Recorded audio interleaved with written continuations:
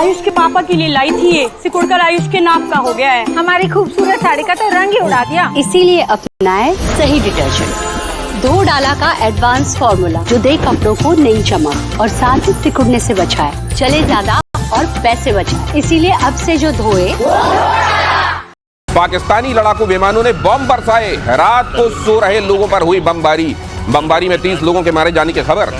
अपने ही लोगों पर बम गिरा रहे हैं, जिसको हमारे एक्सपर्ट्स लगातार आपको बता रहे हैं कि पाकिस्तान इम्प्लोड कर रहा है, मतलब उसके अंदर वोलेटिलिटी बढ़ गई है, वो अंदर से ही फटने वाला है।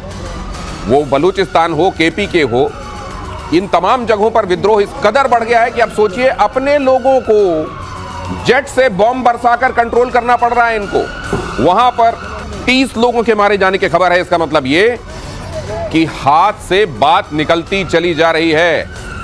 जनरल सिन्हा मेरे साथ चर्चा में जुड़ रहे हैं। गुड इवनिंग, जय हिंद सर। मेरे साथ जुड़ रहे हैं कमोडोर बहल भी। जय हिंद सर, कैसे हैं आप? ये तो सर जो आप लोग कह रहे थे कि बहुत जल्द, मुझको इतना जल्द ये हो जाएगा मुझे अंदाजा नहीं था।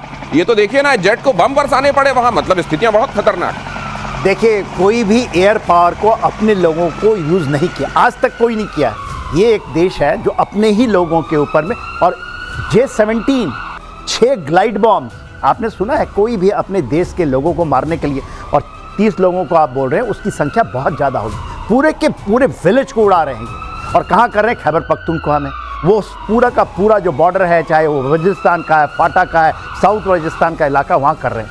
इनको देखिए, वहाँ सिविल वॉर है। आप जो कहते हैं ना, जो उसको बाल्कनाइजेशन ऑफ पाकिस्तान, यहाँ तो इन्होंने ये करना है, दूसरों को जाकर के वहाँ का सिक्योरिटी चैलेंज। लेकिन आप लोगों ने 2 दिन पहले ये कहा था कि पश्तून वो कौम है जिसको कभी कोई टेम नहीं कर पाता, कंट्रोल नहीं कर पाता। ये जो हुआ है, इसका रिएक्शन आने वाले दिनों में कमोडोर बहल क्या होगा? ये J-17 की जो बात कर रहे थे, उसमें LF-6 जो बॉम्ब की बात कर रहे थे, आप सोचिए एक जो प्रिसीजन गाइडेड वेपन है, वो चीनी बना हुआ वेपन सिस्टम, उसको अपने देश के लोग, हम लोग भी तो यूज करते हैं, हम ड्रोन यूज करते हैं सर्वेलेंस के लिए, हम यूज करते हैं हेलीकॉप्टर एक जगह से दूसरी जगह ट्रांसपोर्टेशन के लिए, ब्लॉक करने के लिए, पर हम फाइटर जेट का इस्तेमाल नहीं करते अपने लोगों के ऊपर ही फायर करने के लिए। और पश्तून्स की बहुत लंबी मेमोरी होती है।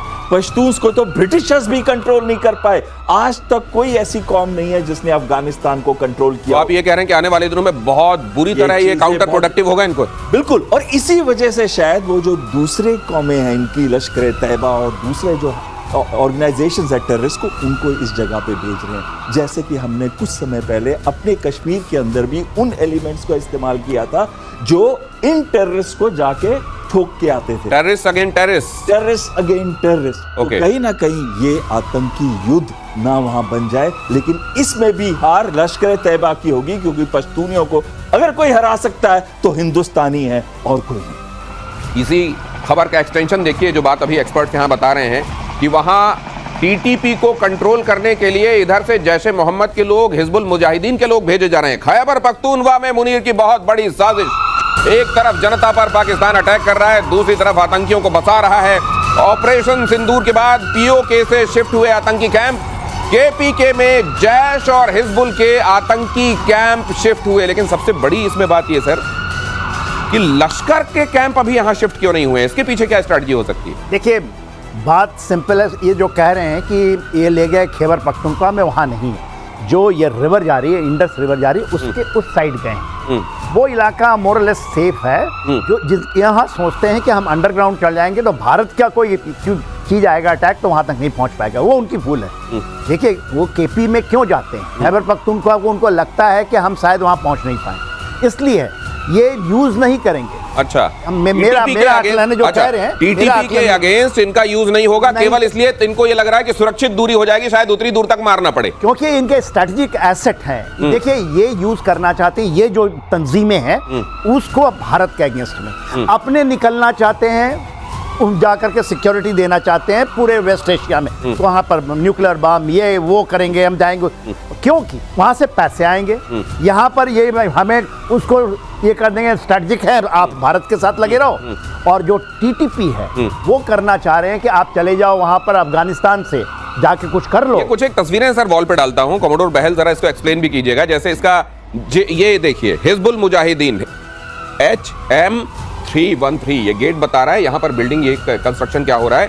ये वही केपीके वाला इलाका जिसको बताया जा रहा है कि इंडस के उस तरफ ये केपीके की तरफ टुवर्ड्स केपीके ये वाला कंस्ट्रक्शन। नेक्स्ट दिखाइए, इस तरीके के कई कंस्ट्रक्शंस वहां हो रहे हैं जो असल में हिजबुल मुजाहिदीन और जैश ए मोहम्मद के लोग वहां पर कर रहे हैं या इनको बचाने के लिए किया जा रहा है।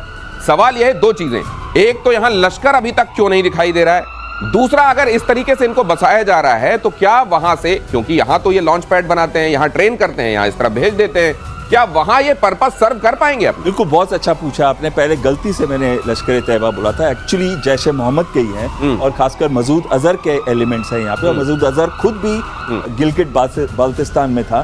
तो कहीं ना कहीं ये जो बना रहे हैं प्रॉपरली प्लान करके इन मरकज को बनाया जा रहा है जहाँ पे इनको ट्रेनिंग, रिक्रूटमेंट और वेपन सिस्टम्स की ट्रेनिंग दी जाएगी। लेकिन जो बात जनरल साहब भी कह रहे थे उसमें भी दम है। वो ये कह रहे थे कि डिस्टेंस हमारे बॉर्डर से बहुत ज्यादा होगा, लेकिन साथ में मैं ये आपको बात बिल्कुल कहने को तैयार हूं, अभी भी मैं इस बात पे कायम हूं कि इनकी फ्रिक्शन बढ़ेगी। तहरीके तालिबान पाकिस्तान, एक म्यान में दो तलवारें नहीं रह सकती। अच्छा, इस वजह से? हाँ, इस वजह से। और वहां पे प्रॉब्लम्स आएंगी। बेशक ये बेसिक पर्पस इनको भेजने का वहां वो ना हो, लेकिन दोनों ही एक तरह के लोग हैं and positive and negative, they repel each other, इसलिए यहां पर ही होने वाला। लेकिन एक चीज ये बता, लश्कर का एक रीजन आया एक आयाम जोड़ना। देखिए आपने देखा है HM313, ये कौन सी है? ये वो है सर। हाँ, हिजबुल मुजाहिदीन 313। हिजबुल मुजाहिदीन 313। देखिए ये फिदाइन ब्रिगेड है, हिजबुल मुजाहिदीन।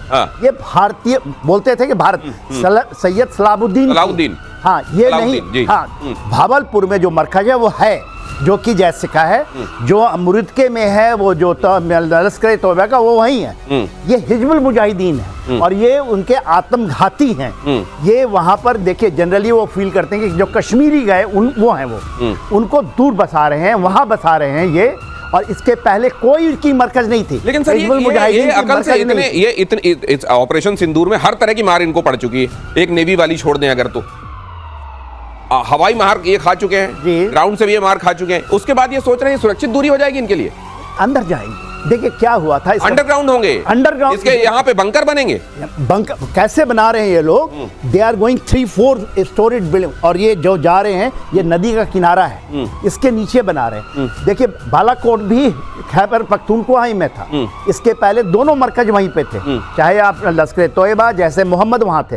हिजबुल मुजाहिदीन कभी भी उसकी मरकज है ही नहीं, पूरे पाकिस्तान में मरकज नहीं थी, क्योंकि उनको ये कहते थे होम ग्रोन है। TRF की जो बात होती है, जो रेजिस्टेंस फ्रंट, वो भी उनको कहते हैं होम ग्रोन है। अब उनको उधर बसा रहे हैं। सैयद सलाहुद्दीन का कोई मरकज नहीं, वो उसको कहते थे कि they had the overall headquarter. नहीं तो ये मैं ये जानना चाहता हूं कि वाकई इनकी स्ट्रेटजी काम आ सकती है, कारआमद हो सकती है, ये फेल्ड स्ट्रेटजी है? सर देखिए ये स्ट्रेटजी जो उनकी है कि मेरा स्ट्रेटेजिक एसेट यही 3 है, इनको पूरा का पूरा दे देंगे कि जो आप करना है भारत के साथ। वो तो ये चाह रहे हैं, लेकिन क्या ये कामयाब होंगे इसमें? कॉमोडोर बहल कहां से कामयाब हो जाएंगे? देखिए कोई भी आतंकी एलिमेंट को जब हम ट्रेन करके इस्तेमाल करते हैं, उसको मोटिवेट करते हैं कि जाके लड़े, भारत के अंदर ऐसा आतंकी हमला करे।